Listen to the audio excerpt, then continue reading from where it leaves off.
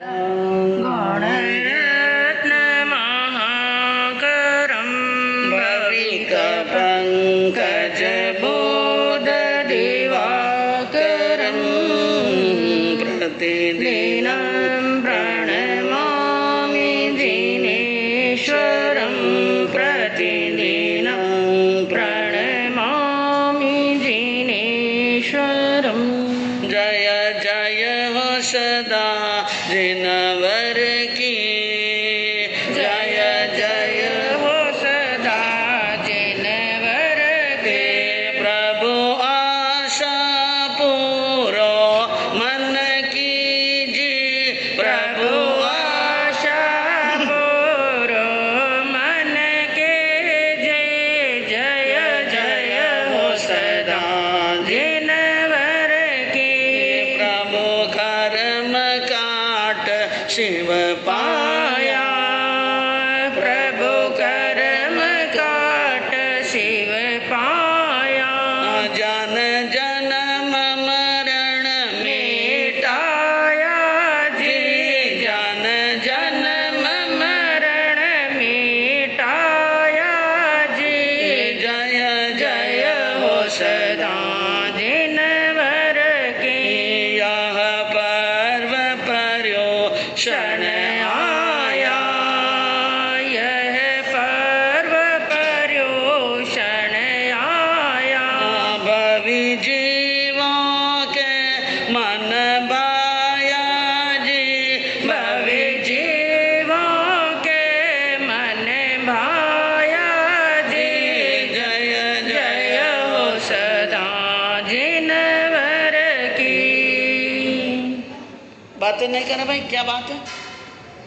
तो अभी बिल्कुल बातें नहीं करे, इशारे से काम करें। और जितनी तपस्विनी बहनें उनके नाम लिख दीजिए जिनकी 6 की तपस्या है। चरम तीर्थंकर, अहिंसा के अवतार, विश्व वंदनीय शासनपति श्रवण भगवान, वर्तमान महावीर के पावन चरणों में कोटि कोटि वंदन। हृदय की अनंत अनंत आस्था के केंद्र, संयम दन के दाता, संसार सागर से तिरने का सन्मार्ग बताने वाले पूज्य गुरु भगवंत श्रवण सूर्य दिव्य विभूति 1008 श्री मर्दर के श्री मिश्रीमल जी महाराज साहब के पावन चरणों में कोटि कोटि वंदन। अहिंसा दिवाकर लोकमान्य संत शेर राजस्थान वरिष्ठ प्रवर्तक पूज्य गुरुदेव श्री रूपचंद जी महाराज साहब के पावन चरणों में कोटि कोटि वंदन। मरुद्रा भूषण संत शिरोमणि पूज्य प्रवर्तक गुरुदेव श्री सुकन मुनि जी महाराज साहब के पावन चरणों में कोटि कोटि वंदन। साधना की प्रतिमूर्ति सद्गुणों की उपासिका सरल मना शांत दांत गंभीरा गुरुवरिया महासती श्री सज्जन कंवर जी महाराज साहब के पावन चरणों में कोटि कोटि वंदन।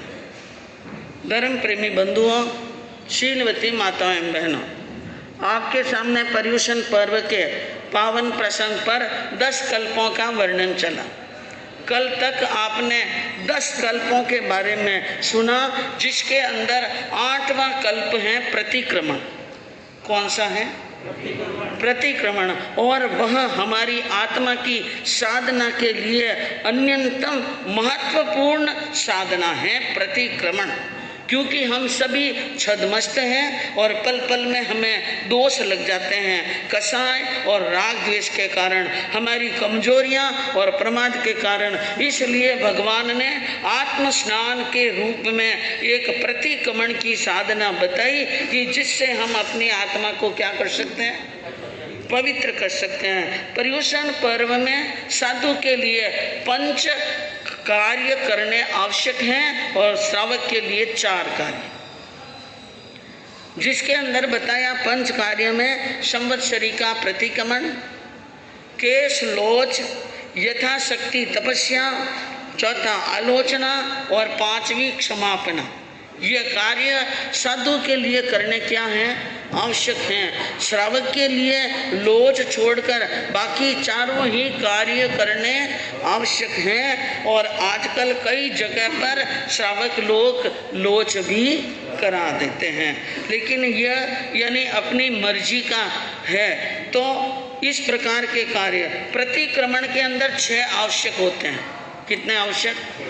आप रोज प्रतिक्रमण करते हैं। पहला आवश्यक है सामायिक। सामायिक आवश्यक क्या कहता है? हम समभाव की साधना करें, आत्मा के अंदर क्या रखें? समभाव रखें। और दूसरा आवश्यक है चतुर्विंशति, तीर्थंकर देवों की स्तुति करें। तीसरा आवश्यक है वंदन, सद्गुरुओं को वंदन नमस्कार विनय पूर्वक करें। और चौथा है प्रतिक्रमण, पाप दोष लगे हैं उनकी आलोचना करनी, आलोचना करनी। और पांचवा है कायोत्सर्ग, शरीर की ममत्व का त्याग करना। और फिर है पचकान, आहार आदि का त्याग करना। ये 6 आवश्यक हमारे प्रतिक्रमण के अंदर साधु के भी होते हैं और श्रावक के भी होते हैं। प्रतिक्रमण शब्द से हम ये समझेंगे कि जो एक है प्रतिक्रमण और एक है अतिक्रमण। क्या है अतिक्रमण? अतिक्रमण किसे कहते हैं? सीमा से बाहर निकल जाना। जब सीमा से बाहर निकलते हैं, जैसे कई बार यानी लोभ लालच में आकर के दुकानदार या घर वाले अपना घर बनाते हैं, जितना पट्टा किया हुआ है वो तो वहाँ पर तो पूरी नींव लगा देते हैं और पगोते क्या निकाल देते हैं आगे, दुकान भी 2-2 हाथ आगे निकाल देते हैं। और फिर जब कभी सरकार की नींद उड़ती है तो बुलडोजर भेजकर अतिक्रमण का प्रतिक्रमण कर लेते हैं। क्या करते हैं? प्रतिक्रमण। तो हमारी आत्मा जिस प्रकार सीमा से बाहर निकल जाने के बाद में, मर्यादा से बाहर निकल जाने के बाद में वो जिस प्रकार बुलडोजर द्वारा अतिक्रमण किया जाता है, उसका प्रतिक्रमण करता है बुलडोजर, वापस लाइन में लाते हैं। प्रतिक्रमण का मतलब क्या हुआ? लाइन में आ जाओ। तो लाइन छोड़कर बाहर निकल गए, वापिस क्या आ जाओ? लाइन के अंदर आ जाओ। तो लाइन में लाना, यथा स्थान लेके आना, यथा स्थान लेके आना। जो अपने स्थान से हटकर पर स्थान में चला गया है उसको वापिस अपने स्थान में ला देना प्रतिक्रमण है। तो हमारा स्वभाव है, मनुष्य का स्वभाव है, बड़ा चंचल है, मन बड़ा चंचल है। ये बाहर ज़्यादा भटकता है, अंदर तो बहुत कम टिकता है।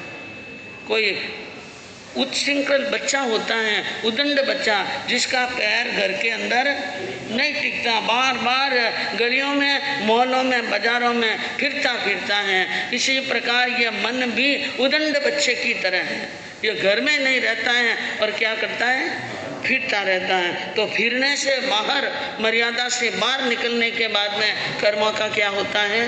बंद। और कर्मों का दंड मिलता है तो आत्मा को बड़ी पीड़ा होती है। एक उदाहरण के लिए समझ लीजिए, जैसे किसी व्यक्ति के नीचे गिर जाने से या चलते चलते ठोकर लग जाने से पैर की हड्डी या नस खिसक गई। क्या हो गई?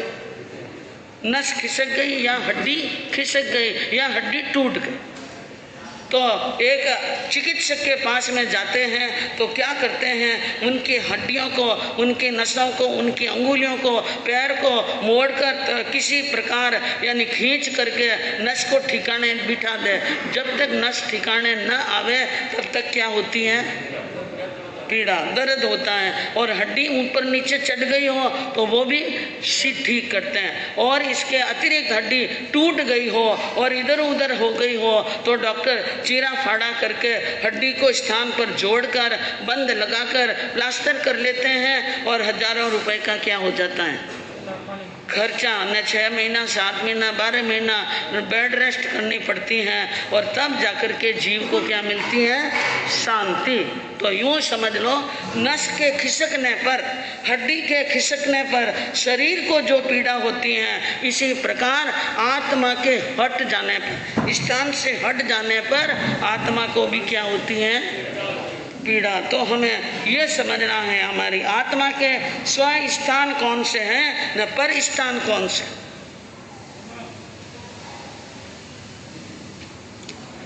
स्व स्थान क्षमा, क्षमा करना आत्मा का अपना खुद का स्वभाव है और क्रोध करना पर स्वभाव है।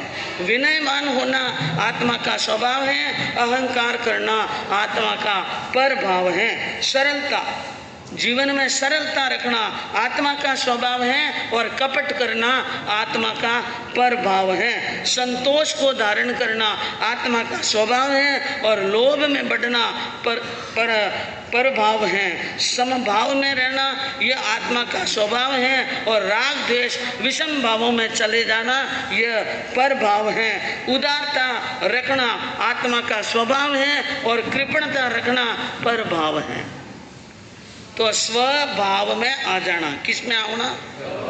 स्व यानी अपना। स्व का मतलब क्या है? अपना। जैसे आप कहते हैं स्वजन, स्वजन का मतलब क्या? अपने लोग, अपने जन हमारे अपने होते हैं। इसी प्रकार स्व का अपने आप में आ जाना स्वभाव है और अपने आप का दूसरे में चले जाना प्रभाव है। तो अब मैं आपसे एक प्रश्न करूं कि प्रतिक्रमण कितने प्रकार के? 5 प्रकार के। कौन कौन से?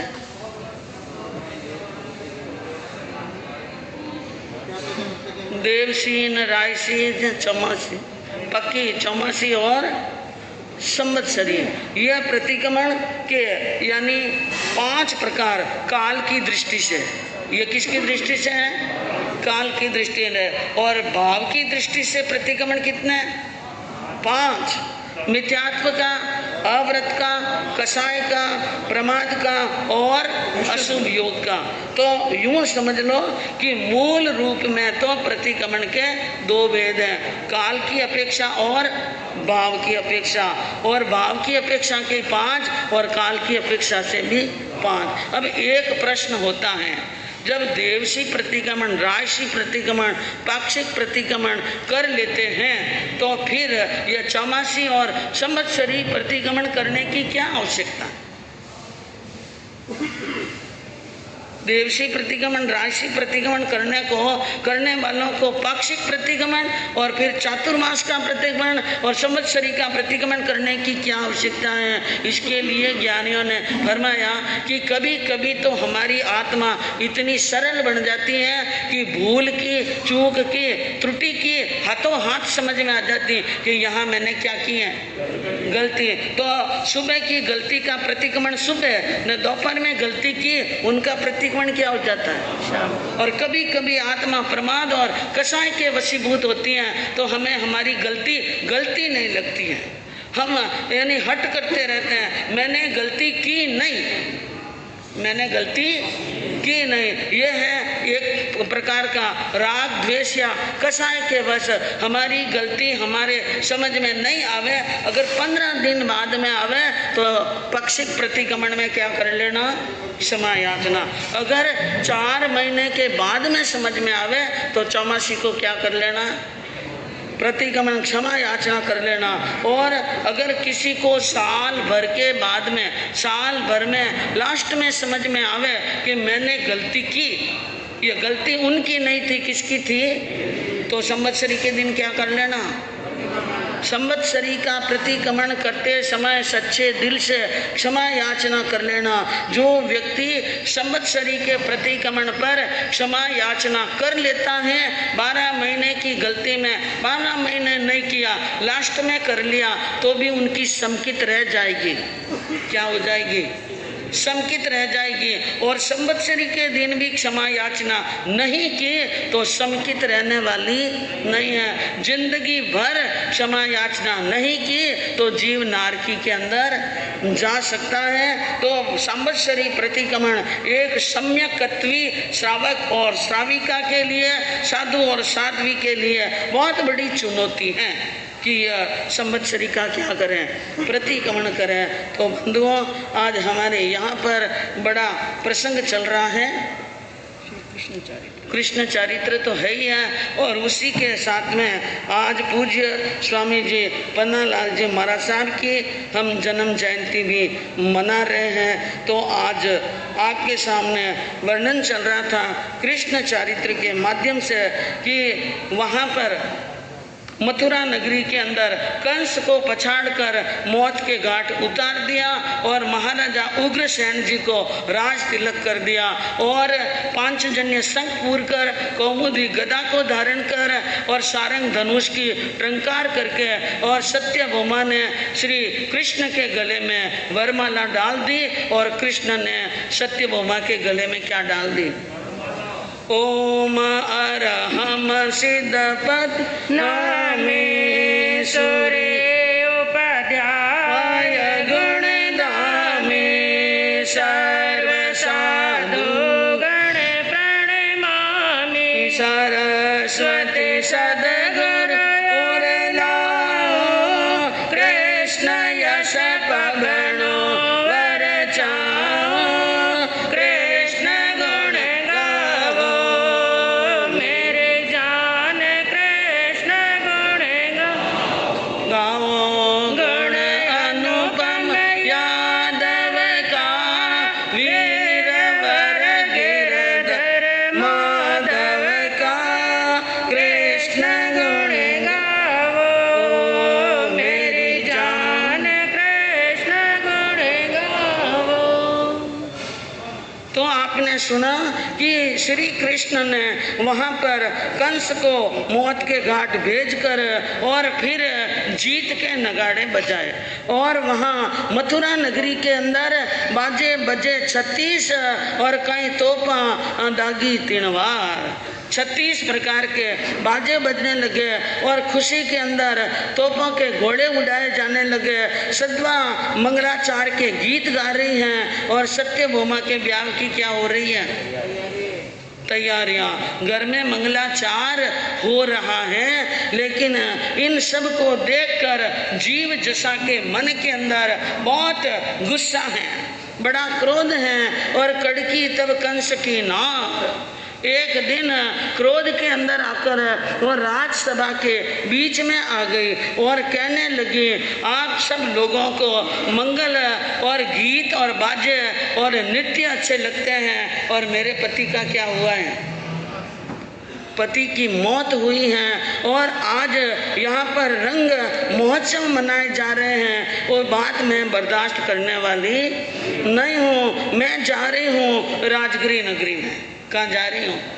राजगिरी नगरी में। और मेरे पिता को मैं जाकर के सारी बात कहूँगी और एक वादा करके जाती हूँ कि जिस प्रकार कृष्ण ने मुझे यानी विधवा का वेश दिया है, इसी प्रकार यादवों की सारी पत्नियों को, रानियों को मैं विधवा न कर लूँ तो मेरा नाम जीव जैसा। उग्रसेन जी ने कहा, जल्दी रवाना हो, जल्दी यहाँ से क्या हो जाओ, रवाना। आदेश लगाया महाराज उग्रसेन जी ने, शीघ्र ही काला रथ मंगाओ, काला वेश पहनाओ, काले घोड़े और फिर इनको यहाँ से क्या कर लो, रवाना। के आज के बाद में वापस मथुरा में आए नहीं, देश निकाला दे दिया और काला वेश पहनाकर काले घोड़े और काले रथ में बिठा करके वहाँ से क्या कर दिया, रवाना। और इधर देखिए सोरीपुर के अंदर किसी ने सत्यभामा के विवाह की सुंदर तैयारियां हुई और शादी होने के बाद में श्री कृष्ण गोकुल नहीं गए। कहाँ चले गए? सोरीपुर नगर के अंदर यादवों के परिवार वाले, यादवों की जो बारात आई थी वो सारे के सारे राजे महाराजा बारात में शामिल हो गए और फिर वहाँ से सोरीपुर चले गए। अब चिंता नाम की कोई चीज नहीं है, लेकिन जीव जैसा पहुँचे वहाँ राजगिरी नगरी के अंदर सेवकों ने सूचना दी कि आपकी लाडली बेटी आई, बिना बुलाए बिना आने गए बेटी आई। बात क्या है कि बड़ी दुख की बात लगती है, ऐसा लग रहा है कि उनके ऊपर बहुत बड़ा दुख आया हुआ है। काला वेश है, काला रथ है और काले घोड़े में, घोड़े के जूते हुए रथ में आई हैं। और यूं समझ लो राजगिरी नगरी में काला रथ प्रवेश किया। यहाँ पर कवि ने लिखा है कि मान लो सन्नी महाराज की पनौती आ गई। किसकी? हाँ, सन्नी महाराज की पनौती 7.5 वर्ष की। पनौती कितनी लगती है? 7.5 की न महादशा 19 साल। शनि की महादशा भी आती है, और याद रखना, यूं मत समझना कि 7.5 उतर गई और अब नहीं आएगी। 7.5 तो 100 वर्ष की उम्र में 3 बार आती हैं, हर 30 साल के बाद में क्या आती हैं? 7.5। हाँ, और किसी के जन्म के समय में आ जाए, 2-4 साल बाद में आ जाए, तो लगभग 3 पनौतियाँ 7.5 की आती हैं। एक आती है महादशा 19 साल की। कितने साल की? सबके आती हैं, आप घबराना मत कि हमारी ही आएगी, वो तो साधु संतों के भी आती हैं और ग्रस्त के भी आती हैं। तो यूं समझ लो कि राजगिरी नगरी के अंदर शनि महाराज की पनौती पहुंच गई, और राजा जरासंध ने अपनी बेटी के सामने गए, सारी बात सुनी, और बात सुन करके मन के अंदर विचार करने लगे। 3 खंड के राजा के जमाई को 2 ग्वालियों ने मारा। कितने? 2 में से भी 1 श्री कृष्ण ने मार लिया। इतनी बड़ी हिम्मत, इतनी बड़ी हिम्मत बिना अस्त्र शस्त्र। सबसे बड़ी बात तो क्या है? धनुष बाण तलवार भाला कुछ भी हाथ में नहीं, और पछाड़ करके मार दिया। अब प्रतिहरि यानी वो प्रति वासुदेव थे, जरासंध क्रोध में आए, हुक्म लगाया जल्दी से तैयारियां करो और यादवों को जड़ा मूल से खत्म कर दो। यादवों को क्या कर दो? जड़ा मूल से खत्म। अब राजा महाराजाओं को, बादशाहों को क्रोध क्या आता है? बहुत जल्दी आता है। लेकिन मंत्री जो होता है वो बड़ा समभावी होता है। मंत्री ने ये बात सुनी तो सामने खड़े होकर कहा कि महाराज एक बात है, जिसने गलती की है उनको सजा दो। सारे यादव 18 कुलकोड़ी यादव हैं। इन 18 कुलकोड़ी यादवों को यानी 2 ग्वालों के लिए यादवों का खात्मा करना ये अच्छी बात नहीं है। इसलिए जो बात उचित हो वो कीजिए, सबसे वैर बसाना ठीक नहीं। उन यादवों के कितने बड़े बड़े परिवार हैं, रिश्तेदार, मित्र, दोस्त हैं, सब नाराज हो जाएंगे। तो जरासंध ने पूछा क्या करना चाहिए? समाचार भेजो और कह दो कि जो आपके अपराधी हैं उनको जो सजा देनी है वो दे दो। और बात, मंत्री की बात मानी, और एक दूत को, सोम नाम के दूत को तैयार कर समुद्र विजय जी के सोरीपुर राज दरबार के अंदर भेज दिया। और दूत वहाँ पर राज दरबार के अंदर पहुँचता है, और 3 खंड के राजा जरासंध का दूत आया। देख कर समुद्र विजय जी ने, दूत ने नमस्कार किया और समुद्र विजय जी ने आसन दिया और पूछा, बोलिए महाराजा ने किस कारण से याद फरमाया, क्या बात है, क्या समाचार लेके आए? उन्होंने कहा समाचार ठीक नहीं है। समाचार क्या नहीं? ठीक नहीं है। महाराजा बहुत क्रोध में हैं, और वो तो इतने क्रोध में थे कि सेना लेकर के ही आते थे। बात यह है कि आपने कुमार्ग पकड़ लिया यादवों ने। हाँ, क्योंकि जिस कृष्ण ने कंस को पछाड़ा वो कृष्ण अब कहाँ पर है? सोरीपुर में, समुद्र विजय जी के पास में। तो 3 खंड के राजा के अपराधी को आपने शरण दी है, यह काम अच्छा नहीं किया। इसलिए आप ऐसा करें, इसको मार्ग को छोड़ दीजिए, और नहीं तो आपका यानी यादवों का वंश रहे या न रहे कोई गारंटी नहीं है। समुद्र विजय जी ने कहा, भाई कंस को पछाड़ा, कंस को मारा, वो हमारा अपराधी था। हमारा क्या था? अपराधी था। बिना कारण मेरे भाई और मेरी भुजाई को जेल में रखा, और उनके 6 बेटों को क्या उतारा? मौत के घाट। और हमारे गुनहगार को, हमारे हत्यारे को हम दंड दें, उसमें जरासंध को बोलने की क्या जरूरत है? उसमें उनको बीच में पड़ने की आवश्यकता नहीं है। इसलिए क्या जरासंध की बुद्धि ठिकाने पर है कि नहीं? समुद्र विजय जी ने कहा, पूछ लेना महाराजा जरासंध को कि कंस ने हमें मारा है और वो मारने योग्य था, इसलिए हमने मार लिया।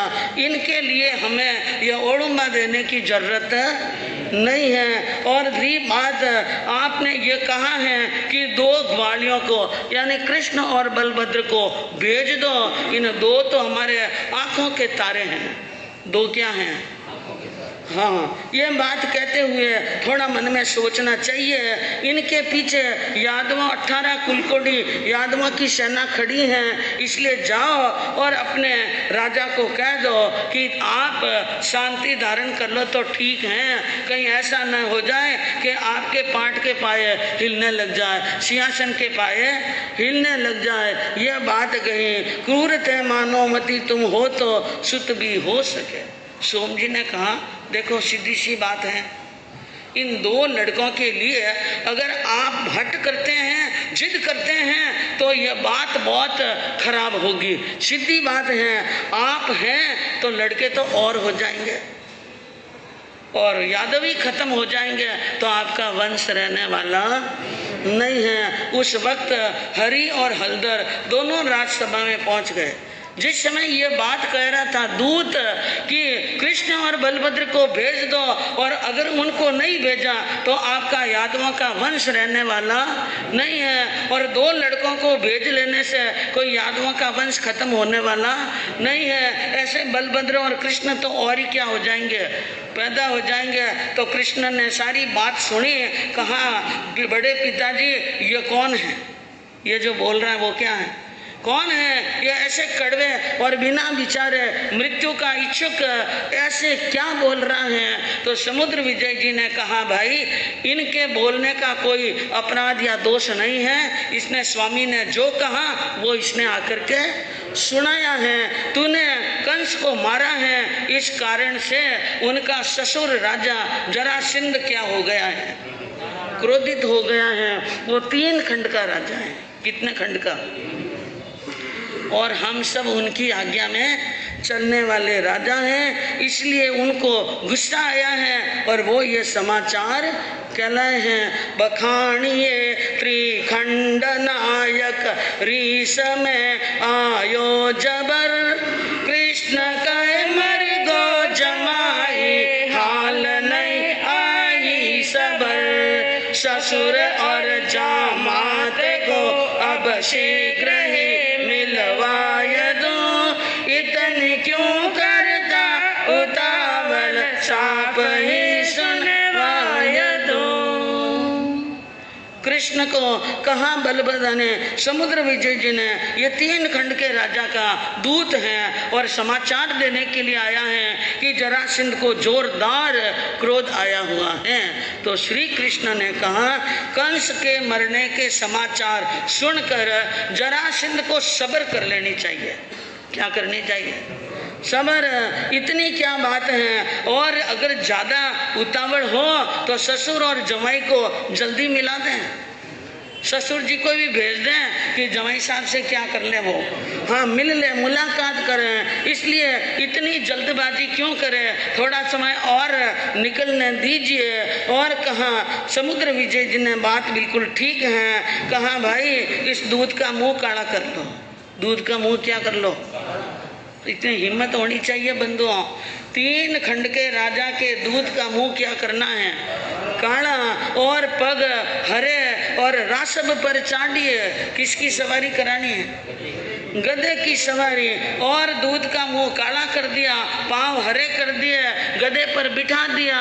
सोम जी को कह दिया जैसा यहाँ देखा है वैसा कह देना, अपने स्वामी को वो सारी बात कह देना। और वहाँ से दूध को रवाना कर लिया। दूध के रवाना होने के बाद में मथुरा के और शोरीपुर के सारे यादवों को इकट्ठा कर समुद्र विजय जी ने एक बात पूछी। अब यूं बोलो, 3 खंड के राजा गुस्से में, क्रोध में आ गए हैं। युद्ध कभी भी हो सकता है, तो युद्ध करना चाहते हैं या कृष्ण और बलभद्र को जरासंध के हवाले करते? तो 18 कुलकोड़ी यादवों ने एक ही बात कही कि हम युद्ध करने के लिए क्या हैं, तैयार हैं, लेकिन बलभद्र और कृष्ण को किसी हालत में जरासंध के हवाले करने वाले नहीं हैं। तो फिर तैयार हो जाओ, अपनी अपनी सेना, अपनी अपनी चतुरंगी सेना लेकर के आओ और शत्रु दल को चीरते हुए और यादवों के विजय का डंका बजाना है। सारे यादव मिलकर युद्ध की क्या कर रहे थे, तैयारी, पूरी तैयारी हो चुकी थी। और उसी वक्त एक कोष्टक नाम का नैमित्तिक द्विज वहां पर पहुंच गया। द्विज को आया देखकर समुद्र विजय जी ने पूछा, हम इस वक्त जरासंध से लड़ाई करने के लिए जा रहे हैं, तो हमारा वहां जाना समय अनुकूल है या नहीं? तो कोष्टक ने कहा समय अनुकूल है। नैमित्तिक ने कहा आपकी यादवों की जय विजय होगी, इसमें कोई यानी फर्क जानना नहीं है, क्योंकि 22वें तीर्थंकर आपके घर में, कितने 22वें तीर्थंकर आरिष्ट में 9वां हरि और 9वां हलदर, 9वें वासुदेव श्री कृष्ण और 9वें बलभद्र यानी बलदेव जी, एक एक घर में 3-3 पदवीधर हो, वहाँ हार तो होने की कोई संभावना नहीं है। आप लोगों को कोई जीत नहीं सकता है, लेकिन एक बात समझने की और है, ये जो शोरीपुर की धरती है यह यादवों के लिए अब शकुन वाली नहीं रही है। आपको शोरीपुर छोड़ना पड़ेगा। क्या करना पड़ेगा? शोरीपुर छोड़ करके, क्योंकि धरती ने जवाब दे दिया। ये धरती में बड़ी ताकत होती है, जब धरती जवाब दे देती है तो उस धरती पर मनुष्य पनपता नहीं है। और तो उन्होंने कहा छोड़ दो शोरीपुर, रातों रात यहाँ से क्या हो जाइए, रवाना हो जाइए और पश्चिम दिशा की तरफ जाइए। कौन सी दिशा? बहुत सारी जगह पड़ी है, मैंने समझ में नहीं आवे। आप श्रावक लोग इशारा करना बिना व्याख्यान रोके भी कह सको, क्या बात है? आइए भाई, सब आराम से बैठिए। बीच में बहुत सारी जगह है, आप इतने मुश्किल से बैठे हैं, हमें भी परेशानी होती है कि 2 घंटे कैसे बैठेंगे आप। आराम से बैठिए, आपका आसन बराबर जम जाना चाहिए, बीच में जगह नहीं छोड़े। बीच में कहीं भी जगह मुझे दिख रही है 1-2 जगह पर, हाँ, शीघ्र ही उस जगह को, खाली जगह को भरने का प्रयास करेंगे। तो नैमित्तिक ने कहा पश्चिम दिशा की तरफ जाइए, जहाँ सत्यभामा पुत्र को जन्म दे वहाँ पर छड़ी गाड़ देना, नगर बसा लेना और वहीं पर अपनी राजधानी बना देना।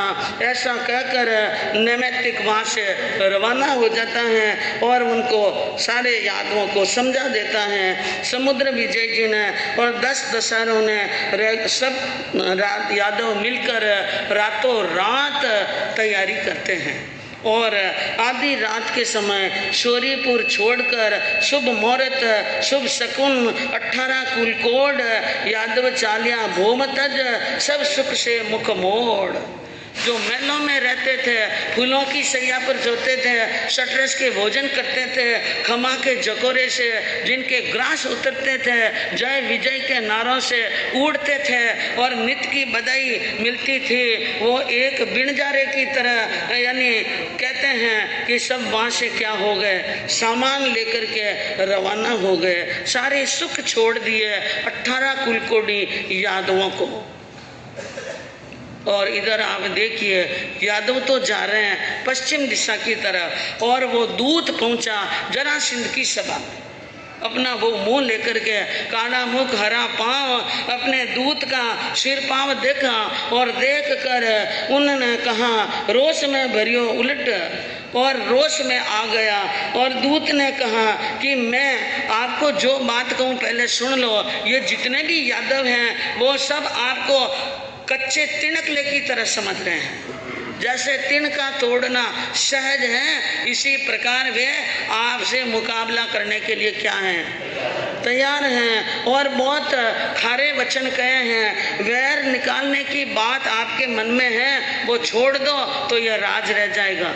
अगर वैर निकालने की बात नहीं छोड़ी तो यह राज रहने वाला नहीं है। दूत की बात सुन, जरासंध ने कहा तू मूर्ख है, तू नहीं जानता है जरासंध की शक्ति को। यादव कुछ भी नहीं है, यादवों को 1 मिनट में मैं पीस सकता हूँ। फौज तैयार करो और मैं यादवों के ऊपर चढ़ाई करके जाऊँगा और युद्ध करूँगा।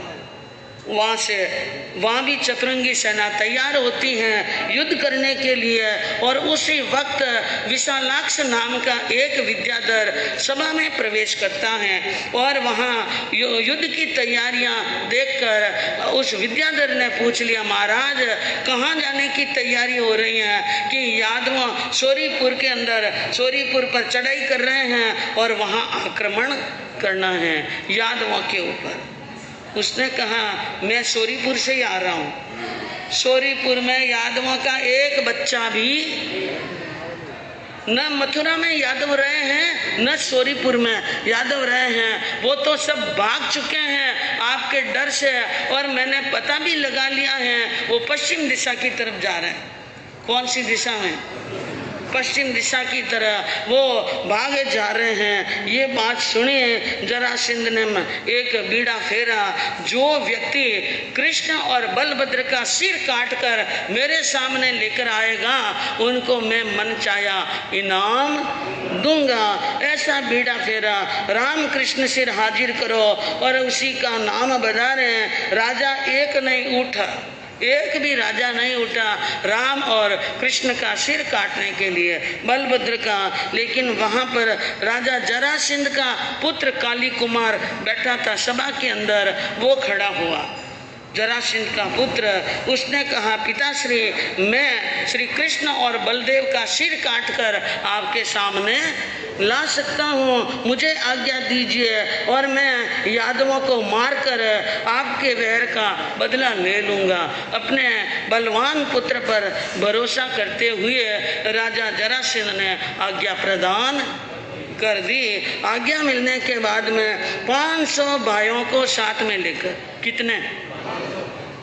500 भाई और 500 भाइयों की सेना साथ में लेकर बड़ी तेज गति से वो काली कुमार रवाना हुआ और पश्चिम दिशा की तरफ। एक समय आया, 3 कोस आगे यादव जा रहे हैं और 3 कोस पीछे काली कुमार जा रहा है। बिल्कुल 3 कोस का गैप रहा और यादवों की कुलदेवी का आसन कंपायमान हुआ। अब आप देखिए, देवी का आसन धूजने लगा। देवी ने ज्ञान लगाया, आज मेरा आसन कंपायमान क्यों होता है? कोई विशेष कारण होते हैं, दुख या सुख या कोई ऐसी विशेष घटनाएं होती हैं तो देवी देवताओं के आसन धूजने लगते हैं। और उस वक्त वो अवधि ज्ञान से यह जानते हैं कि क्या बात हुई। देवी का आसन कंपायमान हुआ और देवी ने वहाँ पर देखा कि यादवों के ऊपर काली कुमार 500 भाइयों की 500 फौजा लेकर के जा रहे हैं और गैप क्या रह गया है? 3 कोस, बहुत कम। इसीलिए अब देवी ने एक पलक का भी विलंब नहीं किया, पलक झपकते देवी बीच के गैप में आकर खड़ी हो गई। इधर तो काली कुमार और इधर यादव। भक्तों की भीड़ चढ़ी आई, वन्य मग मोटे से लगाई, चेहा यादव सी दिखलाई, वृक्ष तल वृद्ध रूप धारे, नारी बन रोवे अनपारी, कृष्ण गुण गावो मेरी जान, कृष्ण गुण गावो।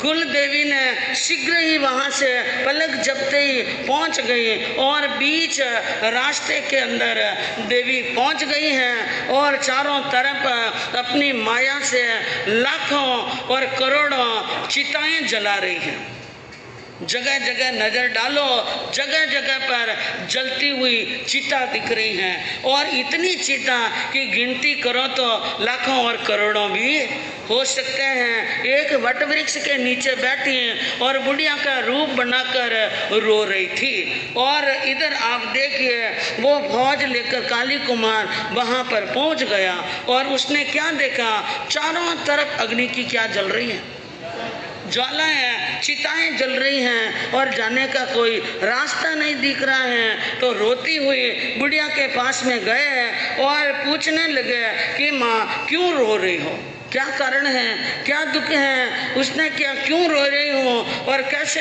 रो रही हूँ, क्या पूछो। मैं रो रही हूँ जरासंध को। किसको रो रही हूँ? जरासंध को। अरे उनका डर ला करके, जरासंध का डर लाकर 18 कुलकोड़ी यादव चिता बना करके जल कर क्या हो गए हैं राम। ये सब इतनी जो चिताएं दिख रही हैं वो किन की चिताएं हैं? यादवों की चिता हैं। और इस कारण से अब मैं हूँ बुढ़ी, मैं जल नहीं सकी, अकेली रह गई, अब मैं क्या करूँ क्या नहीं करूँ, इसलिए रो रही। काली कुमार ने मन के अंदर बड़ा हर्ष मनाया। अच्छा हुआ अपने आप ही कांटा निकल गया है। उन्होंने कहा माँ ठीक है, आप रोवो मत, मैं आपको बहुत सुखी रखूँगा, आपका हर कार्य होगा। मैं सब काम, एक काम आपसे करवाना चाहता हूँ। मुझे इतना बता दो कि श्री कृष्ण और बलदेव की चिता कौन सी है?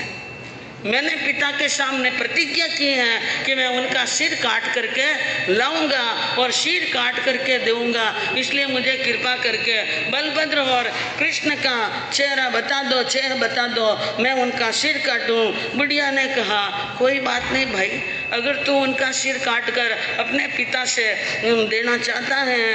कहे बुढ़िया तीन वेर चाल बतलाय दो, मुआ से क्या मोह काम बनवाए दूं।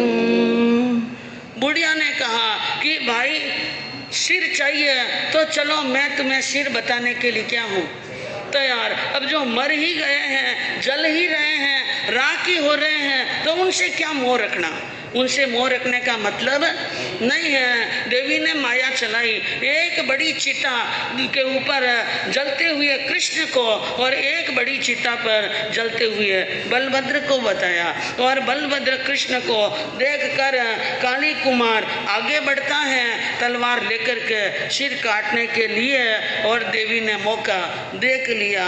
जरती दोनों लाश दिखाई ले बुढ़िया तीन वेर को दे दियो। जो ही चिता के पास में गए, कृष्ण बलभद्र की जलती हुई चिता दिखाई, और जैसे सिर काटने के लिए चिता के पास में गए, देवी ने पीछे से भाला भोंक दिया और चिता के अंदर डाल दिया काली कुमार को। और उसके बाद में मरियो कुंवर मद अग्नि के बीच में काली कुमार सिक गया। उनके भाई सबके सब मौत के घाट उतर गए और यादव पर कृपा करी। यादवों की देवी ने यादवों के ऊपर क्या कर ली, कृपा कर ली, और देवी वहाँ से रवाना हो। जो यादव गए थे वहाँ यादवों के पास में पहुँचती हैं और कहती हैं काली कुमार तुम्हारे सबको मारने के लिए आया, मैंने उनको वहाँ से क्या कर लिया है, रवाना कर लिया है। माँ ने ये बात देवी ने कही है, और श्री कृष्ण ने अपनी कुल देवी को सामने देखकर हे अम्बे, हे त्रिपुरारी, हे तोतला, हे सिद्धि महामाया, भीड़ पड़त भक्तों पे भवानी आकर आप बचाया, उसकी स्तुति की। और कुल देवी का यानी मान सम्मान नमस्कार प्रणाम करते हुए उन्होंने कहा हे माँ, आपने मरते हुए को क्या कर लिया है, बचा दिया है। देवी ने कहा अब चिंता की कोई बात नहीं है, आनंद से जाओ और अपने सिंधु तट के पास में छड़ी रोप देना। देवी का आदेश हुआ और एक दिन सत्यभामा ने पुत्र को भी क्या दे दिया, जन्म।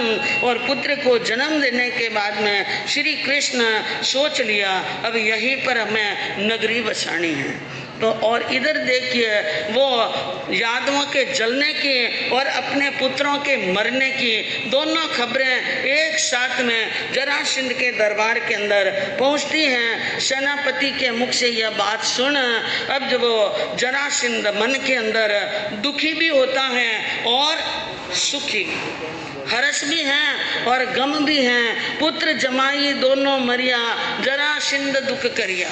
पुत्र भी मर गया और जमाई 500 पुत्रों की रानियां विधवा हो गई और बेटी विधवा हो गई। और अब देखिए आंखों से क्या निकलते हैं, आंसू निकलते हैं। यादवों के ऊपर देवी की कृपा हो गई और इधर अब वो बहुत दुख में हैं जरासंध। लेकिन एक बात की खुशी है, चलो कोई बात नहीं, यादवों का जड़ा मूल क्या हो गया, खत्म। और यादव पहुंच गए सिंधु के तट पर, छड़ी रोप दी और श्री कृष्ण ने अब देखिए अपने नगरी बसाने के लिए तेले का तप किया। कौन सा तप? तेले की तपस्या की। और तेले की तपस्या, श्री कृष्ण जब तेले की तपस्या कर किसी देव का आह्वान करते एक आसन में बैठते थे। कैसे बैठते थे? एक आसन में। कहीं पर पढ़ने को मिला कि जंगा के ऊपर चावल का स्वास्तिक करते थे, जंगा पर चावल का स्वास्तिक करते हैं। 3 दिन 3 रात एक आसन के अंदर ध्यान करते थे। उस समय स्वास्तिक का एक चावल भी इधर उधर नहीं, ऐसा अड़िग ध्यान करते हैं। तीसरे दिन की रात के रैणी के अंदर एक ज्योति प्रकट हुई, एक प्रकाश प्रकट हुआ और सामने देव आकर दर्शन दिए। और देव ने पूछा क्या आज्ञा है, किस कारण से आपने याद फरमाया है? उन्होंने कहा रहने के लिए जगह चाहिए। रहने के लिए क्या चाहिए? जगह चाहिए। क्योंकि हमारे धर्म के अंदर कहते हैं कि कोई भी चीज़, साधु संत कहीं भी जाते हैं बिना आज्ञा कहीं पर बैठना भी, कोई श्रावक हैं श्राविका हैं तो उनकी आज्ञा लेके बैठते हैं। कोई नहीं हो, जंगल में अकेले हो तो किसकी आज्ञा लेनी है? शकेंद्र महाराज की आज्ञा लेकर बैठना, अपना काम करना। अब वहाँ पर श्री कृष्ण को नगर बसाना था, इस कारण से देव की आज्ञा लेनी थी। देव ने आज्ञा मांगी और देव इंद्र के पास में गए और इंद्र से जाकर के बात कही कि ऐसे करके वहाँ पर कृष्ण खड़े हैं, उनको रहने के लिए माँ यानी घर बार और नगरी चाहिए। इंद्र ने हुक्म फरमाया जाओ शीघ्र ही एक सुंदर नगरी का क्या कर लो, निर्माण कर लो। वैश्रवण जति इंद्र आकी और बसावो नगरी अति बाकी। इंद्र ने कुबेर को हुक्म दिया एक सुंदर अति सुंदर नगरी बसाओ, जैसी नगरी भारत के अंदर कोई भी नहीं है। आप जानते हैं अच्छे अच्छे कलाकारों की कलाकारियाँ होती हैं, उनकी कलाकारियों से भी मनुष्य मंत्रमुग्ध हो जाता है। और जब देव कोई माया रचे और देव नगरी की रचना करे, उनकी कलाकारी को कौन पहुंच सकता है? समुद्र जल हटाकर लंबी योजन 12 की निरुपम नगरी निर्मित की ने 9 योजन विस्तारा की।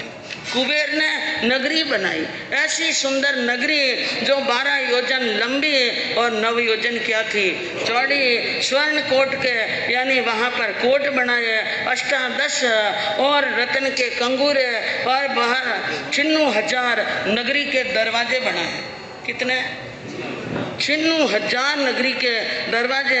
और जिन जिन राजाओं का जो जो पद, उनके अनुसार उनके महल, सामान्य जमींदार, दसार, कृष्ण, बलभद्र आदि सब के लिए महल बनाए और कई तरह की सामग्रियां। कहते हैं 7 दिन तक सोने की वर्षा हुई।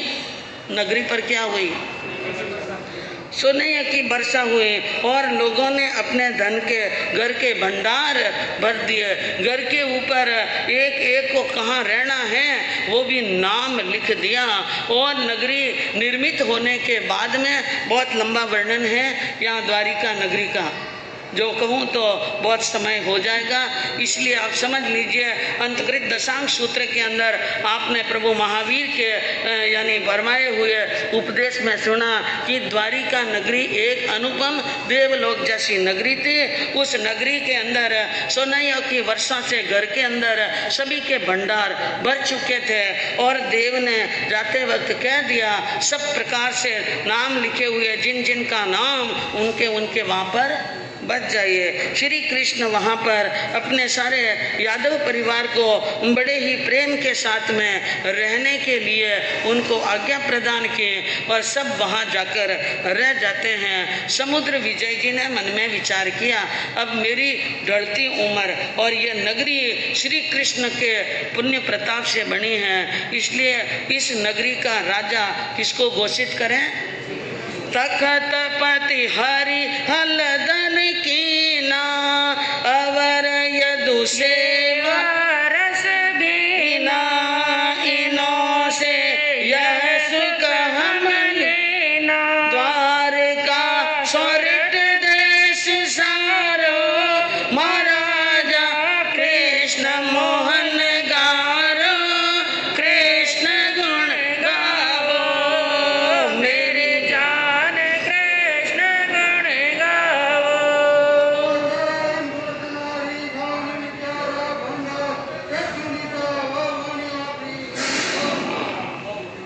अब देखिए वहाँ पर श्री कृष्ण को तखतपति बनाया।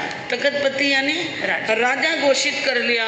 सारे यादवों ने प्रतिज्ञा की हम आपकी आज्ञा का पालन करेंगे, आपकी सेवा में रहेंगे। सबने एक मत से मान लिया ये सोने की नगरी, ये सुखों के ठाड़, ये भरे हुए भंडार आपके कारण से मिले हैं, इसलिए हम आपकी आज्ञा में रहेंगे। सौरठ देश की वो द्वारिका नगरी और वहाँ पर कृष्ण महाराजा क्या कर रहे हैं? राज्य कर रहे हैं, सुखपूर्वक रह रहे हैं और यादवों का परिवार बढ़ता जा रहा है। 18 कुलकोड़ी यादव से एक दिन आया कि 56 कुलकोड़ी क्या हो गए? यादव तो हुए। और बंधुओं एक दिन सोरीपुर में पहुंच गए नारद ऋषि। कौन पहुंचे? नारद ऋषि सौरीपुर में गए तो वहाँ यादवों को नहीं देखा और फिर मथुरा में गए तो मथुरा में भी यादवों को नहीं देखा। दोनों जगह पर यादवों को नहीं देखा तो बड़ी चिंता हुई और वो भ्रमण करने लगे, यादवों को ढूंढने लगे, लेकिन द्वारिका नई नई बसी इसलिए द्वारिका का नाम सुना नहीं था। इसलिए वो भ्रमण कर रहे हैं चारों दिशा के अंदर और उनको द्वारिका कैसे मिलती है और द्वारिका में नारद का आगमन कैसे होता है और वहाँ आकर श्री कृष्ण को कौन सी अनोखी बात कहते हैं, आगे सुनने से मालूम पड़ेगा। आज हमारे यहाँ पर पूज्य प्रवर्तक स्वामी जी पन्नालाल जी महाराज साहब की जन्म जयंती है और इसके लाल जगत में नाम कमायो रे धन तुलसा भैरो लाल जगत में नाम कमायो रे। अरे नाम कमायो रे आनंद बरसायो रे धन तुलसा भैरो लाल जगत में नाम कमायो रे धन तुलसा भैरो लाल जगत में नाम कमायो रे। भादव सुद तृतीया ने जन्म्या माँ तुलसा के लाल, माँ तुलसा के लाल। बालू राम जी पिता आप खूब लड़ाया लाड, खूब लड़ाया लाड। करुणारा अवतार जीवन सफल बनायो रे धन तुलसा सांभैरा लाल जगत में नाम कमायो रे। परम श्रद्धे परम पूजनीय पूज्य श्री नानक राम जी महाराज साहब की संप्रदाय के प्रतिभावान पंडित पुरुष, स्वाध्याय संघ के आद्य प्रणेता पूज्य स्वामी वर्य श्री पन्नालाल जी महाराज साहब की जन्म जयंती गुणानुवाद सभा आज के इस कार्यक्रम जन्म जयंती महोत्सव के प्रायोजक अखिल भारतीय प्राज्ञ जैन संघ चेन्नई तमिलनाडु की तरफ से आज का यह कार्यक्रम रखा गया है। श्री एस.एस. जैन संघ सावकारपेट चेन्नई के तत्वाधान के अंदर आपने श्रवण किया उन यानी महापुरुष के जीवन के अंदर बचपन में भी कठिनाइयाँ आई और दीक्षा लेने के बाद में भी क्या आई, कठिनाइयाँ आई। लेकिन कहते हैं कि जिनके जीवन के अंदर बचपन से लेकर परीक्षा की घड़ियाँ शुरू होती हैं और ज्यों ज्यों परीक्षा होती हैं त्यों त्यों उनका नाम बढ़ता है। वे महापुरुष ऐसे होते हैं अपने खुद के ऊपर संकट आए तो वे चट्टान की तरह मजबूत हो जाते हैं, लेकिन उनके सामने अगर किसी दूसरे जीव पर कोई दुख पीड़ा या संकट आए तो वे फूल की तरह कोमल हो जाते हैं। इसलिए कहा कि वज्रात अपि कठोराणि मृदुनि कुसुमात् अपि लोकोत्तराणाम चेतांसी को विज्ञातुम अर्हति। वज्रात अपि कठोराणि, वज्र से भी ज़्यादा कठोर और फूल से भी ज़्यादा कोमल, एक तरफ कठोर और एक तरफ कोमल, ऐसा दो प्रकार का व्यक्तित्व लिए हुए जो पुरुष होते हैं वो लोकोत्तर पुरुष होते हैं। कौन से होते हैं? लोकोत्तर। साधारण व्यक्ति कठोर है तो कठोर ही रहेगा और नरम है तो नरम रहेगा, लेकिन वे महापुरुष तब कहलाए कि वे कठोर की जगह कठोर और नरम की जगह नरम। जैसे मरुधर केसरी जी को कड़क मिश्री कहते हैं। और महापुरुषों और संत पुरुषों के जीवन के परिभाषा देते हुए कहा नारी केल समाकारा दृश्यन्ते सुहृजना। जो संत पुरुष होते हैं वे नारियल की तरह ऊपर से कठोर होते हैं लेकिन भीतर से क्या होते हैं? बड़े नरम, कोमल, विशुद्ध, निर्मल और मीठे होते हैं। तो महापुरुषों के जीवन के बारे में आपने सुना, उनकी जीवन के परिचय के बारे में सुना और आपने सुना कि वो राजा महाराजाओं को यानी कुव्यसनों का त्याग कराया और शराब मांस आदि का त्याग कराकर और कहते हैं कि पूरे अच्छे पट्टे लिखवाए। जिन राजाओं को यानी यह त्याग कराया, शिकार का, मांस का, मदिरा का सारा त्याग कराया, उनके साथ में उन्होंने उनके नाम के पट्टे लिखवा दिए थे। वो काम पक्का करते थे, कच्चा काम नहीं करते। और संगठन प्रेमी, क्योंकि संत वही हैं जो संगठन रखे और उन्होंने जगह जगह पर संगठन कराया। जैसे मरुधर केसरी जी महाराज साहब ने संगठन कराया सहवाज के अंदर, बलुंदा के अंदर, ब्यावर के अंदर और भी कई जगह पर। इसी प्रकार कर्नाटक गज केसरी गणेशी लाल जी महाराज साहब ने बेंगलोर में पड़े हुए दौड़ों को मिटाने के लिए अंजल का त्याग कर लिया और प्रतिज्ञा कर ली जब तक ये सब एक होकर सामने नहीं आवे मुझे बेंगलोर का पानी नहीं पीना, भोजन नहीं करना। अनुराग जी सांकला की बगीची में रुक गए, आए नहीं गाँव में। तो ऐसे महापुरुष होते हैं जो प्रेम में, स्नेह में और संगठन में क्या करते हैं? विश्वास करते हैं। एक बार की घटना विक्रम संवत 1977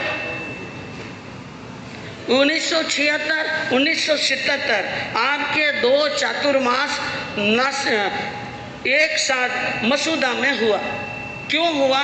क्योंकि स्वामी जी धूलचंद जी महाराज साहब के जांग में नाड़ी का नासूर हो चुका था इसलिए विहार करने में समर्थ नहीं थे, तो मसूदा में चातुर्मास करना पड़ा। और उसके बाद में यानी 1976 की एक बात है, धूलचंद जी महाराज साहब के साथ में ग्रीष्म काल के अंदर विहार करते हुए भिड़ाई की तरफ जा रहे थे और रास्ते के अंदर यानी भिड़ाएँ पहुंच गए और वहाँ रुक गए, धर्म प्रभावना होने लगी। एक दिन दोनों गुरु शिष्य पंचमी के लिए पधारे, 5वीं समिति के लिए, और वहाँ उन्होंने रास्ते में क्या देखा, एक व्यक्ति 1000 बकरों को लेके जा रहा है। कितने बकरे? 1000 बकरों का एक झुंड ले जा रहा था। और स्वामी जी ने पूछ लिया, ये इतने सारे बकरे कहाँ ले जा रहे हो और कहाँ से आए हो? उन्होंने कहा, हम शाहपुरा से आए। कहाँ से आए?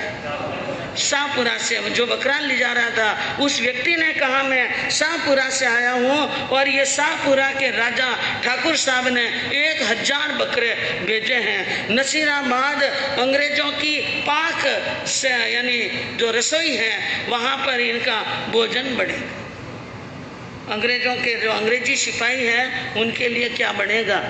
भोजन बनेगा। यह बात सुने 1000 बकरे काटे जाएंगे, स्वामी जी के रोंगटे खड़े हो। और उसी वक्त उन्होंने आकर के यानी श्रावकों को उपदेश दिया और श्रावकों को बुलाया वहीं पर और कहा, यह बकरे कटने के लिए मरने के लिए जा रहे हैं, एक पत्र लिखो।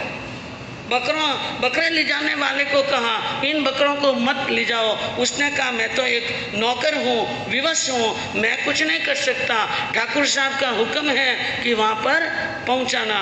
लेकिन गुरुदेव ने, पूज्य स्वामी जी पन्नालाल जी महाराज साहब ने वहाँ पर ठाकुर साहब के नाम का एक उद्बोधन पत्र लिखाया श्रावकों से, और उसके अंदर जीव दया की और उपदेश की बात लिखी और बकरों के न मारने की बात लिखी।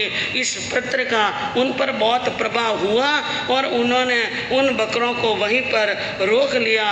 और वहाँ मसूदा के श्रावकों ने,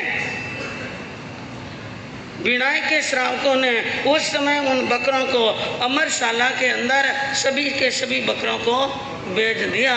तो 1000 बकरों का उनको अभय दान मिल गया। जिस प्रकार मरुधर केसरी जी ने गनाड़े में बकरे की बलि बंद कराई थी, पूज्य स्वामी जी और गणेशी लाल जी महाराज साहब ने सिकंदराबाद में काली के मंदिर के सामने कटने वाले बकरों की बलि हमेशा के लिए बंद कराई। उसी प्रकार पन्ना लाल जी स्वामी जी महाराज ने वहाँ बकरे को क्या दिलाया? अभय दान। और जिस प्रकार घटना आती है मरुधर केसरी जी महाराज साहब की कि बिलाड़ा में मच्छियाँ बचाई, तो पूज्य स्वामी जी पन्ना लाल जी महाराज साहब ने मसूदा के अंदर जिस समय राव जी विजय सिंह जी वहाँ पर राज्य था, वो वहाँ के ठिकाना के ठाकुर थे और वहाँ एक थानेदार जलाशय के ऊपर रोज मछलियाँ पकड़वाता था, थानादार। तो स्वामी जी उन राव जी के पास में जाकर बातचीत करके एक ही बात कही, इन जलाशयों पर और सार्वजनिक जो स्थान है वहाँ पर हिंसा नहीं होनी चाहिए। जीव हिंसा निषेध आज्ञा का सरकारी पट्टा करवाया पूज्य स्वामी जी पन्ना लाल जी महाराज साहब ने, और वहाँ जो होने वाली मछलियों की हमेशा की घाट को क्या करा दिया? बंद, और शिला पट्ट लगवा दिया। ये महान उपकार, इतना बड़ा उपकार कौन कर सकता है? जिनके मन में और रग रग में क्या होती है? दया होती है। ऐसी दया कि जिनके सामने वाले की थोड़ी सी पीड़ा से उनका कोमल हृदय पिघल जाया करता था। और वो इतने बड़े प्रभावशाली तपस्वी महान संत थे कि बड़े बड़े डाकू भी उनके चरणों में क्या करते हैं? नतमस्तक। तो वर्णन आता है खरवा राज्य परिवार से संबंधित भवानीपुर के जागीरदार जिनका नाम था मोड़ सिंह। क्या नाम था? मोड़ सिंह। और एक और डाकू था जिनका नाम था लक्ष्मण सिंह। और उस जमाने के अंदर डाकुओं का बहुत प्रभाव था। गुरुदेव के जीवन की भी घटना आती है कि 2000 विक्रम संवत 2008 के अंदर मादलिया में चातुर्मास था, तो वहाँ पर कल्याण सिंह नाम का डाकू जो चिरडानी के ठाकुर का बेटा था, वो डाकू बन गए थे और उन्होंने उस वक्त ढाणियों में डाका डालकर 60 जाटों को मौत के घाट उतार कर और खून से रंगे कपड़ों से और अस्त्र शस्त्रों से ऊंट पर बैठकर मादलिया में आए थे। और मादलिया के अंदर श्रावक डर गए, गुरुदेव के पास में आए, गुरुदेव अब हम क्या करेंगे? गुरुदेव ने कहा कुछ मत करो, धर्म की शरण लो। किसकी शरण? धर्म की शरण लो। श्रावकों ने धर्म की शरण ले ली, मुपत्ति बांध ली, समाई कर ली। आपकी तरह 3-3 क्या कर ली? 3-3 समाई। डाकू गांव में आए, घरों में गए तो घरों में सारी बहनें ही बहनें थी, एक भी मर्द घर में नहीं। पूछा मर्द कहाँ गए? कि वो तो गुरुजी के वहाँ गए बकान सुनने के लिए। कौन से गुरुजी? के मिश्री मल जी महाराज। क्या ठीक है? तो वो भी वहाँ पर गुरुदेव के वहाँ पर दर्शन करें, क्योंकि उन्होंने सुन रखा था मिश्री मल जी का नाम। चिरडानी के अंदर गुरुदेव पधारते तो रावड़ा में विराजते थे। कहाँ पर? रावड़ा में, वहीं पर प्रवचन होता है और वो उन्हीं ठिकाने के बेटे थे। इसलिए कहा मिश्री मल जी के तो दर्शन कर ही लूँ, इसलिए थानक में पहुँचे और दर्शन किए और कहा मंगल के मंगल तो भोजन करने के बाद। कोई डाकू आवे, चोर आवे, श्रावक आवे के अपना आवे, बिना भोजन किए मंगलिक नहीं। उन्होंने कहा हम कहीं पर भोजन नहीं करते हैं, लेकिन उन्होंने गुरुदेव ने कहा नहीं भोजन करो। भोजन करने की बात कही, भोजन करोगे तो मंगलिक मिलेगा। तो सुनने में आया है कि वहाँ पर कल्याण सिंह ने कहा भोजन तो करेंगे लेकिन लापसी का। किसका करेंगे? हाँ, नमक खाए तो नमक हरामी का काम कर नहीं सकते। गुरुदेव ने कहा आपके लिए स्पेशल लापसी बनने वाली जो घरों में बना है, इसलिए सारे घरों के अंदर जो खाना बना हुआ था सारा खाना इकट्ठा करके वो जो जितने 20-25 जितने डाकू आए थे सबको भोजन कराया और उस दिन प्रतिज्ञा की कल्याण सिंह जब तक जिंदा रहेगा मादलिया में डाका नहीं डालेगा। तो बंधुओं, ये लक्ष्मण सिंह और मोड़ सिंह परम गुरु भक्त थे, स्वामी जी पन्नालाल जी महाराज के भक्त थे। और एक घटना घटी। क्या घटना घटी कि पूज्य जोरावर मल जी महाराज साहब के पास में वैरागी तिवरी गांव के वैरागी मिश्री मल जी मधुकर जिसको कहते हैं युवाचार्य, उनकी दीक्षा होने वाली थी, लेकिन उम्र थी छोटी। अल्प वय होने के कारण से वहाँ सरकार की तरफ से दीक्षा की परमिशन नहीं मिली। बहुत जोरदार झगड़ा हो गया और वहाँ पर विघ्न खड़ा हो गया। ऐसी स्थिति के अंदर उमेर यानी अजमेर के उमेश सिंह जी, जोधपुर के दीवान और मेड़ता के बादरमल जी गन यानी गदैया यानी गादिया, इन्होंने जांच पड़ताल की, वैरागी के वैराग्य की परीक्षा ली और परीक्षा लेने पर वैरागी का तीव्र वैराग देखकर श्रावकों ने निर्णय ले लिया दीक्षा लेने योग्य हैं, लेकिन सरकार की तरफ से कानून नहीं है। तो एक ही बात है, यह दीक्षा तिवरी गांव में तो नहीं हो सकती। जब यह बात स्वामी जी पन्नालाल जी महाराज साहब को मालूम पड़ी कि वैरागी की दीक्षा रोक ली गई है और वहाँ दीक्षा नहीं करा सकते हैं, तो स्वामी जी ने एक संदेश भेजा जोरावर मल जी महाराज साहब को कि वैरागी को लेकर बिनाय आ जाओ। कहाँ जाओ? बिनाय। हम बिनाय में वैरागी की क्या करेंगे? दीक्षा। तो वहाँ पर गुरुदेव का आदेश जाते ही बिनाय में दीक्षा कराने की बात तय हो गई। जोरावर मल जी महाराज साहब वहाँ पर पधार गए और उस वक्त मोड़ सिंह लक्ष्मण सिंह का वहाँ पर डाका बहुत पड़ता था और दीक्षा के अंदर तो भाई भी आएंगे, बहनें भी आएगी और भाई बहन आएंगे तो गहने आभूषण भी, हाँ पुराने जमाने के श्रावक भी गहने पहनते थे और बहनें भी क्या पहनती, पूरा गहना एडी से चोटी तक। अब तो गहने के शौकीन ले लिए बहना ने, एक पतला डोरा गले में, एक पतला डोरा पाँव में, न टिकी है न भड़का है, कुछ भी नहीं। कोई टेडी है न कोई भड़का, कोई तिमणिया है न कोई हार, कोई कंदोरा है न कोई गिंदोरा, कुछ भी नहीं। लेकिन वे टेडी भड़का भी रखती, चांद सूरज भी बांधती, बोर भी बांधती, तिमणिया भी पहनती, बाजूबंद भी पहनती, न फिर कंदोरा भी लटका देती। इसलिए 25-30 बड़े बड़े मजबूत राजपूतों के पैरे लगाए। किसके? हाँ बोलता रहो बच्चे, थोड़ा मनी हमारी बात समझ में आई रही ना? ठीक है। तो राजपूतों के पैरे लगाए और ये खबर मोड़ सिंह और लक्ष्मण सिंह को लगा कि हम डाका डाल रहे हैं, इसलिए किसके लगाए पैरे? राजपूतों के। तो एकल सिंगा गांव के मोडू लाल जी पोखरना के साथ में संदेश भेजा उन डाकुओं ने कि वहाँ बिनाई के लोगों को कह देना कि हम सब यानी इन खकड़ धजों से डरने वाले, हाँ, इनको चुटकियों में 25-30 को उड़ा सकते हैं, लेकिन ऐसा काम हम नहीं करेंगे। क्योंकि ये दीक्षा जो हो रही है किसकी नेसरा में? पन्ना लाल जी महाराज साहब की नेसरा में। और पन्ना लाल जी स्वामी जी मेरे गुरु हैं, इसलिए गुरु जहाँ पर कार्य करे वहाँ हम विघ्न डालने वाले।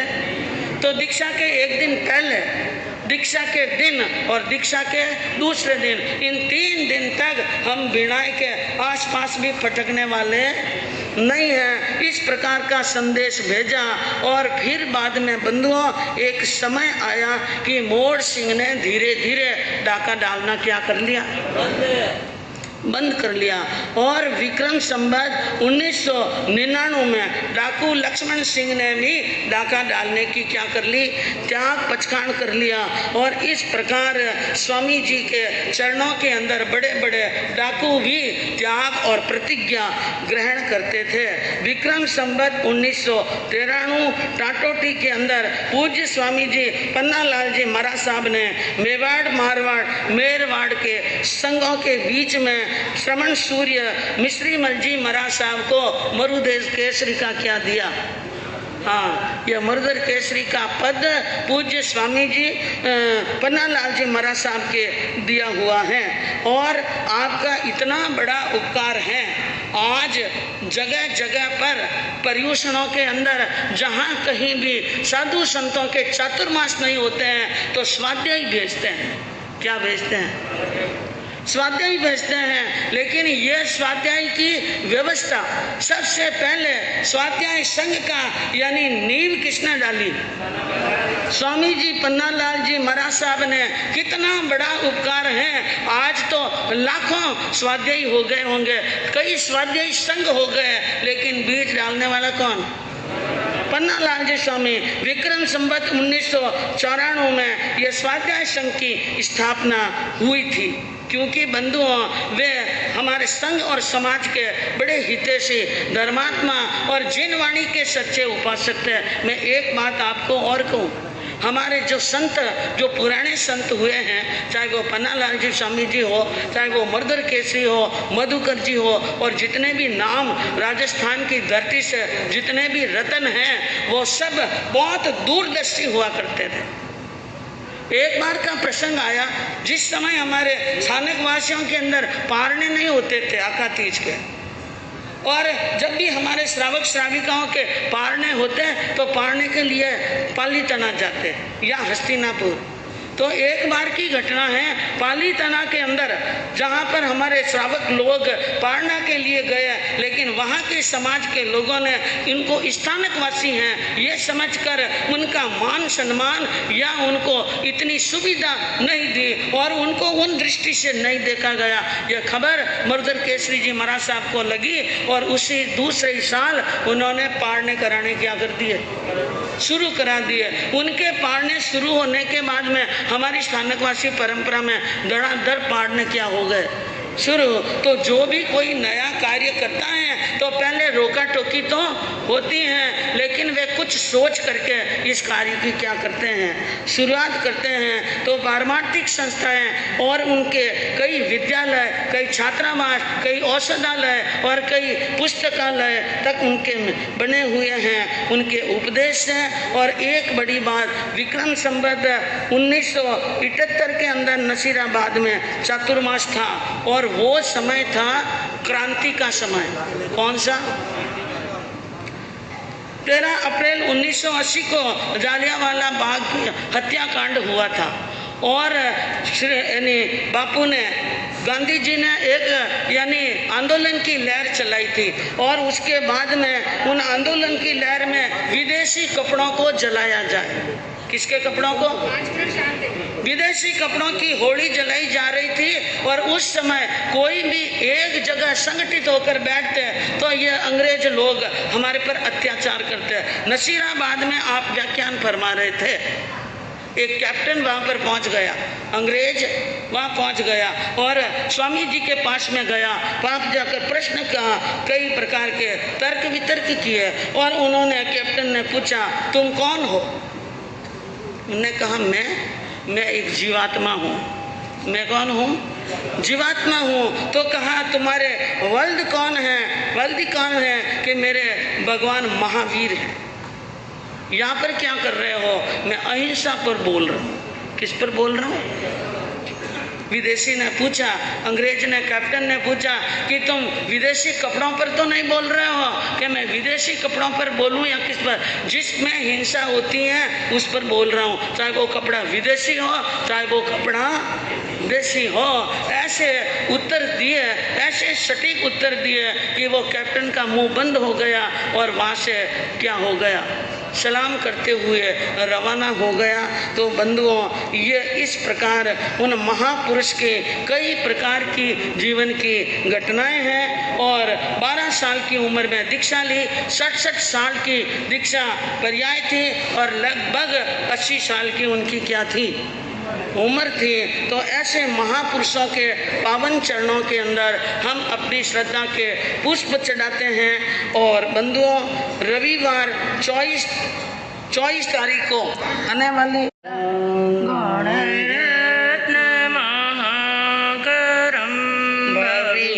पंकज बोध दिवाकरं प्रतिदिनं प्रणमामि जिनेश्वरं, प्रतिदिनं प्रणमामि जिनेश्वरं। जय जय हो सदा जिनवर की